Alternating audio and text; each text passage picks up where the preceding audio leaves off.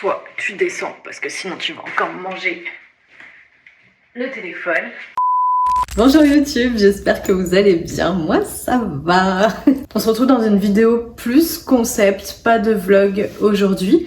Mais qu'est-ce que j'ai là? J'ai une peluche, ça commence bien. Donc je disais pas de vidéo vlog aujourd'hui, mais plutôt une vidéo concept où je vais vous présenter des recettes automnales. Donc c'est la première partie, il y en aura une seconde. Donc là, du coup, je vais vous présenter 3 recettes. Petit budget, facile à faire et de saison. Vous savez que j'adore la cuisine, donc ça me fait vraiment plaisir de vous partager tout ça. Et c'est en continuité, du coup, avec la vidéo que j'avais faite sur comment gérer son budget course que je vous affiche juste là, où je vous avais donné une liste d'inspiration et d'idées de recettes. Donc là je me suis dit bah autant vous montrer et faire les choses jusqu'au bout. Donc on va se retrouver dans ma cuisine 3 fois, donc 3 jours différents. Pour vous ça ne change rien puisque ça sera dans la continuité de cette vidéo. Et voilà, et je parle beaucoup trop comme d'habitude, donc je vous propose qu'on commence par la première recette. Et du coup c'est le potimarron farci aux champignons, à la crème et au lardon. Let's go, c'est parti.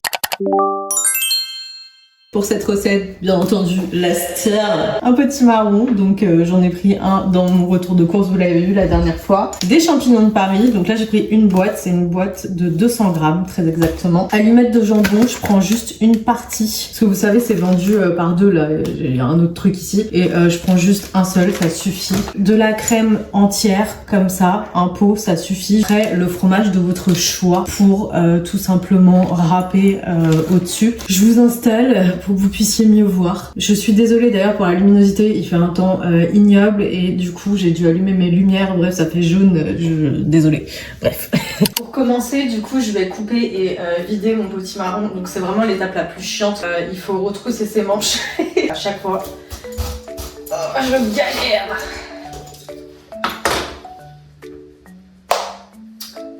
Voilou. J'essaye vraiment de retirer, vous savez, tous les petits fils là, j'aime pas trop ça. Ok, voilà, je suis à l'autre et je vous reprends. Je vais ensuite m'occuper de mes champignons et comme vous voyez, enfin c'est abîmé et tout. Moi je sais pas vous, mais je les épluche en fait. Donc j'attrape ici et tac. Bon là je suis dans une position vraiment très désagréable, donc je le fais extrêmement mal. Mais du coup je retire vraiment, vous savez, la peau comme ça quoi.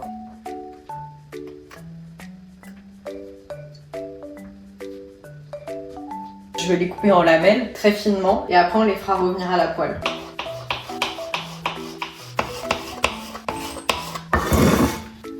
Là je cale mon potimarron comme ça dans un petit plat. Bon après là je peux parce qu'il est assez petit quand même. Je vais venir saler,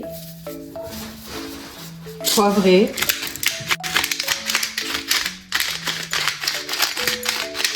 Je vais mettre de l'huile d'olive. Du coup, je vais tester l'huile d'olive que des amis m'ont ramené de Crète. C'est l'huile d'olive classique. Hein. Oh, elle sent bon. Et du coup, je vais venir huiler mon potimarron. Ensuite, je vais mettre mon four, du coup, en chaleur tournante.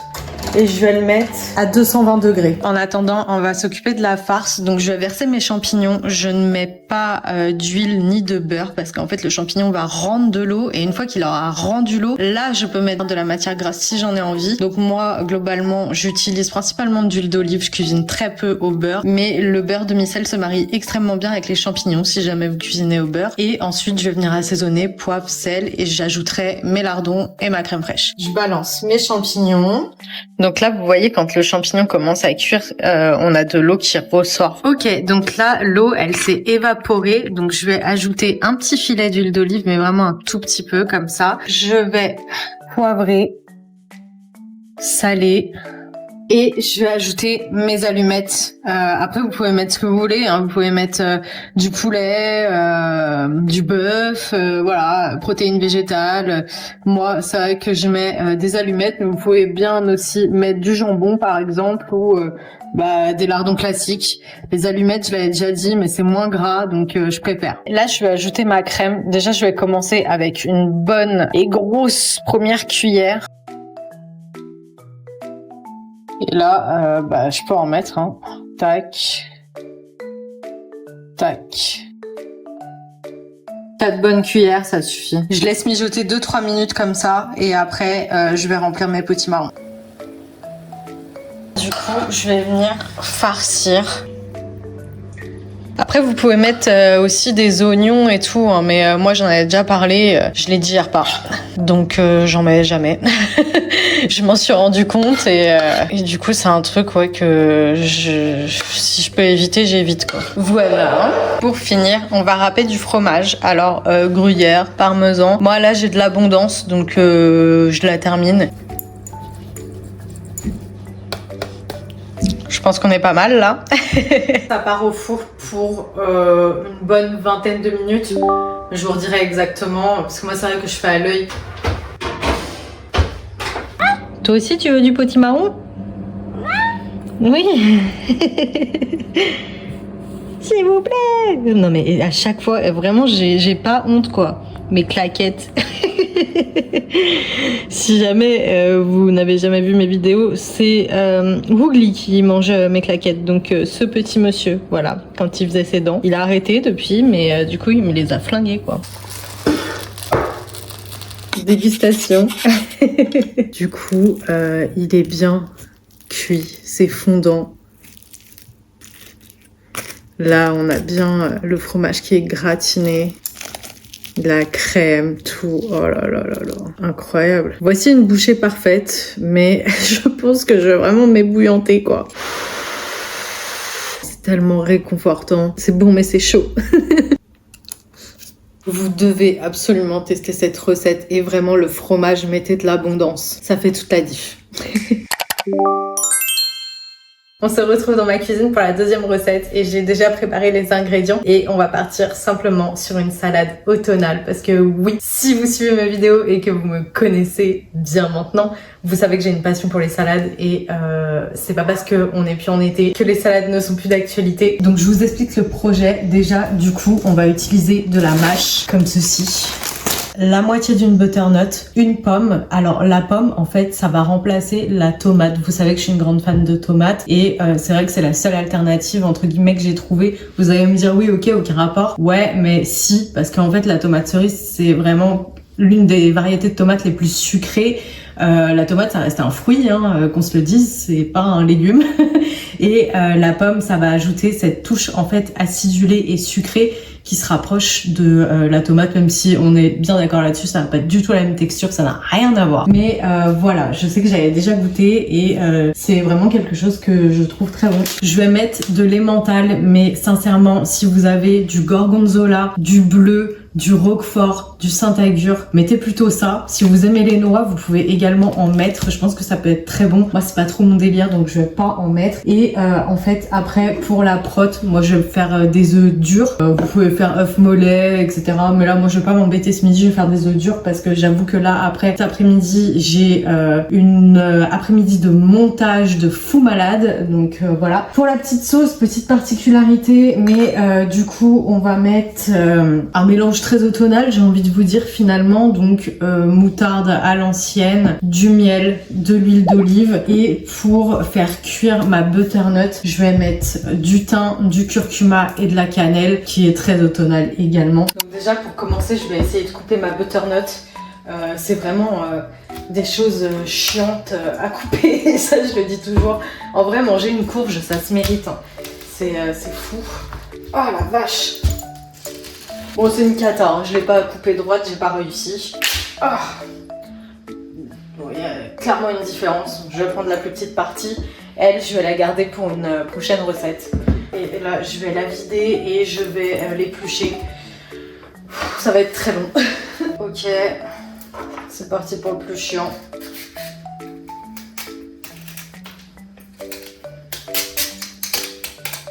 J'ai terminé de me battre avec ma butternut, donc elle est bien épluchée, tout va bien.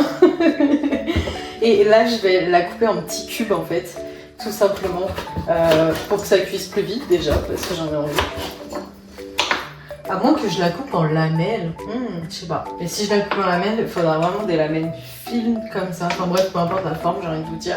On en est là. Je vais mettre mes lamelles sur ma plaque de cuisson. Poivre, du sel, du curcuma. Comptez à peu près une cuillère à café. Alors moi c'est vrai que je fais à l'œil. Du thym.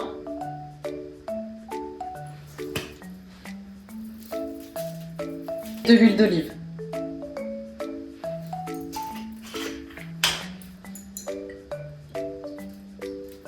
Et là, je mélange à la main. Il faut pas que ça se colle. Et après, à la cuisson, le mieux vraiment, c'est de les retourner. Là, je pense que je vais les enfourner pour 120 degrés pendant 20-25 minutes. Pendant que mes butternuts sont en train de cuire, je vais couper ma pomme.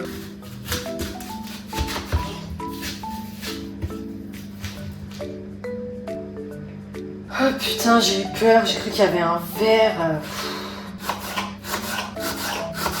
Vous savez ce que j'ai oublié? La cannelle. Donc je vais saupoudrer de cannelle rapidement. Donc, la cannelle. Voilà. Et cette fois-ci, ça va au four. Là, on va s'attaquer à la sauce. J'ai mis mes œufs durs en parallèle, enfin mes œufs qui vont devenir durs. Ouh, c'est compliqué aujourd'hui. Et là, du coup, je m'attaque à ma sauce. Donc, je vais mettre du poivre, du sel, une cuillère d'huile d'olive, tac, une cuillère de moutarde en grains.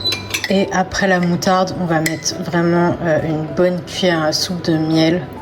Je vais mettre vraiment un tout petit peu de cannelle, mais vraiment un petit peu, hein, histoire de dire, et une pincée de cannelle. Et je mélange, et ça me fera ma sauce pour ma salade. Place au dressage, enfin à l'assemblage.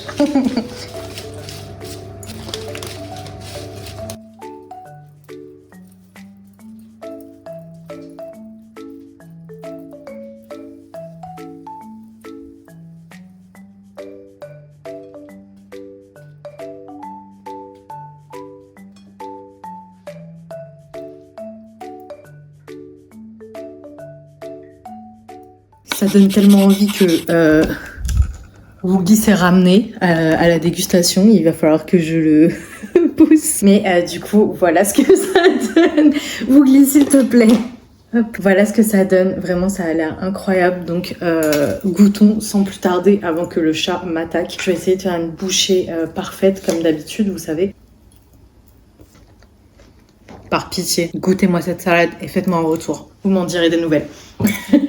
On se retrouve demain pour la troisième et dernière recette. Pour cette troisième et dernière recette, du coup, on va s'occuper de la deuxième partie de la butternut. Vous savez, je l'avais utilisée dans la deuxième recette, l'autre partie. Donc voilà, j'en profite, sachant que je suis seule, donc ça suffira. Après, si vous êtes plusieurs, bien évidemment, vous prenez une butternut déjà entière.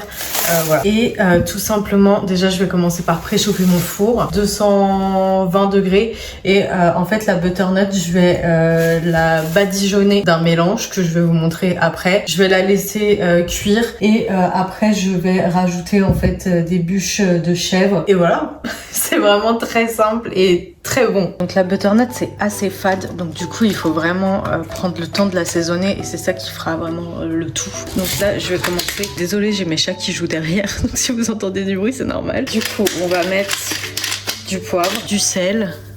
Alors vous allez voir, c'est la foire aux épices, hein. Après vous mettez ce que vous voulez. Là je vais mettre un petit peu de curcuma, du thym. Ensuite, c'est optionnel, mais je vais mettre un petit peu de gingembre. Si vous en avez du frais, tant mieux pour vous. Moi, j'en ai pas. Je vais mettre du piment de Cayenne. J'en mets un petit peu, hein. Je vais pas abuser non plus. Pour finir, je vais mettre du paprika. Ensuite, je vais mettre une bonne cuillère à soupe d'huile d'olive. Et pour finir, je vais mettre une cuillère à café de miel. J'en mets pas trop parce que en fait le miel ça crame à la cuisson, je trouve. Après c'est vrai que ça a ce petit goût que j'aime bien, surtout chèvre miel, ça se marie tellement bien. On va venir badigeonner notre courge. Donc là je prends mon pinceau, si vous en avez pas vous pouvez prendre une cuillère ou vos doigts, hein, ça fait le taf, hein. Je vais badigeonner ma courge. Une fois qu'on en est là, eh bien tout simplement je vais la retourner comme ça et ça part au four minimum 25 minutes, je dirais plus une demi-heure. Pendant que ma butternut est en train de cuire, je vais couper mon chèvre et ma viande de grison en petits morceaux. Donc là en gros ma viande de grison, je vais prendre 2 petits morceaux comme ça et je vais venir les rouler. C'est juste pour me simplifier pour la découpe. Et je vais les couper comme ça en petites lamelles. Pour le chèvre, en fait, pareil, je vais couper quelques petits morceaux. J'en ai coupé 4. Je vais les couper en petits morceaux. Vous allez comprendre pourquoi. Parce que là, vous êtes en train de vous dire, mais qu'est-ce qu'elle fout celle-là? Vous vous souvenez de la crème fraîche qu'on a utilisée dans notre toute première recette avec le potimarron farci? Et bah là, c'est à peu près le même principe. Donc, vu que j'avais utilisé 4 grosses cuillères à soupe, il me reste un fond. Bah, ce que je vais faire, c'est que je vais mettre mon chèvre dedans, ma viande de grison, pas tout, parce que j'en garde un peu, vous savez, pour le côté esthétique. Je vais à nouveau assaisonner, donc je vais mettre du poivre, du sel, un petit peu parce que le fromage c'est déjà assez salé comme ça. Ma cuillère qui baignait dans le miel, je prends vraiment une petite cuillère à café comme ça et en fait ce que je vais faire c'est que je vais mélanger et quand ma courge sortira du four et qu'elle sera cuite, je vais racler un peu à l'aide d'une fourchette et je vais incorporer ma petite farce. Je remettrai ça au four pendant une petite dizaine de minutes. Et je vais essayer d'incorporer ça proprement. Oui Guigui, qu'est-ce qu'il y a? Ça sent bon? Ouais? Oh, tout ça? Non, non, par contre, vous le voyez pas, mais il est devenu tellement grand. Il se met sur ses pattes arrière et il pose sa tête sur le plan de travail, quoi. Pour regarder ce qui se passe. La touche finale. Tac. Je vais mettre mes copeaux. Un dernier petit filet de miel. Franchement, c'est pas pour me jeter des fleurs, mais elle est vraiment magnifique, quoi. Pour clôturer cette vidéo en beauté, quoi de mieux que de goûter cette magnifique courge butternut. Essayez, vous verrez, vous m'en direz des nouvelles. Ça fume, hein. Ça donne ça. J'ai pas les mots. Cette recette, c'est un câlin que vous faites à vous-même. La butternut, c'est vraiment quelque chose de doux.